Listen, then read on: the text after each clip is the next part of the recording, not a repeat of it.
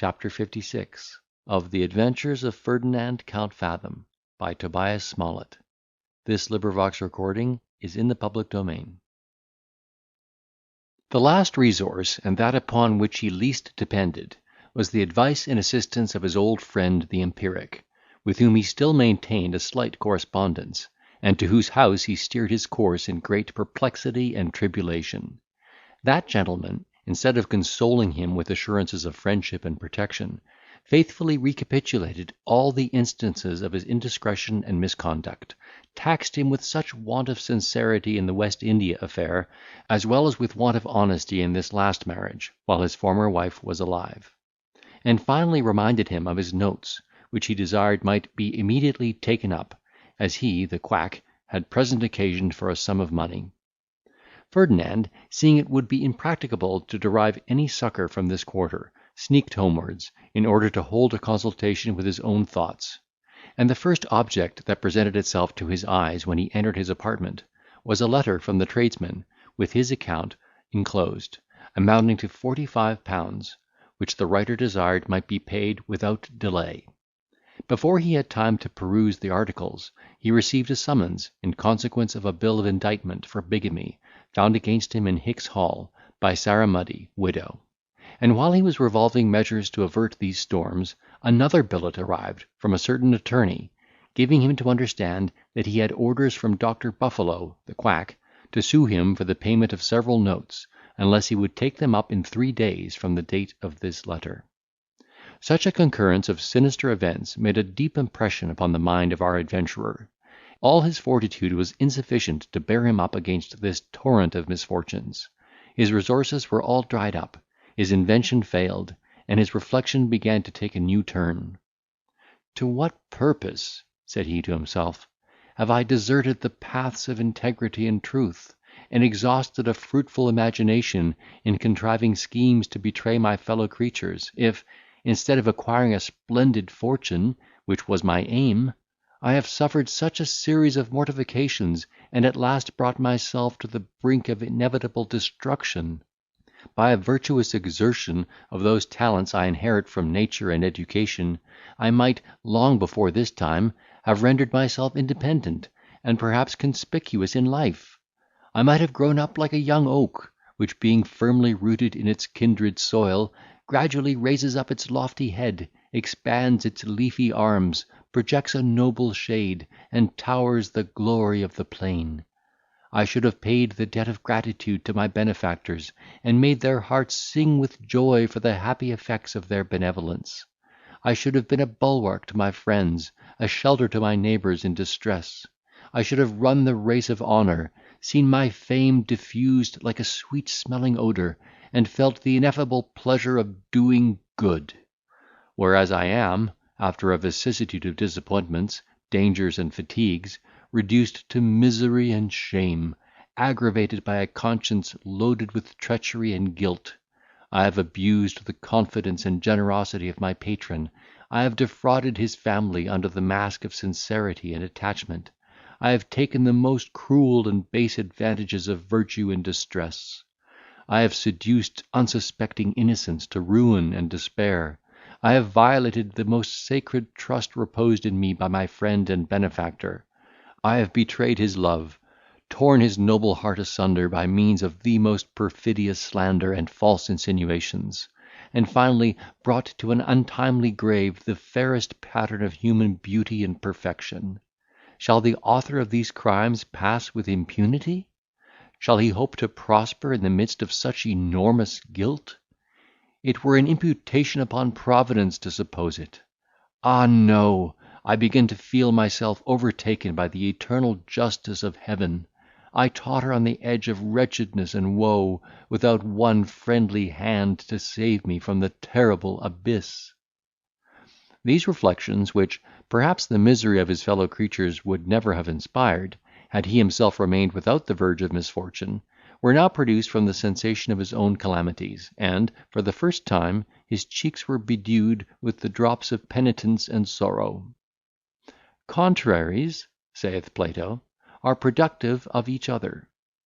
Reformation is oftentimes generated from unsuccessful vice, and our adventurer was, at this juncture, very well disposed to turn over a new leaf in consequence of those salutary suggestions, though he was far from being cured beyond the possibility of a relapse. On the contrary, all the faculties of his soul were so well adapted, and had been so long habituated to deceit, that, in order to extricate himself from the evils that environed him, he would not, in all probability, have scrupled to practise it upon his own father, had a convenient opportunity occurred.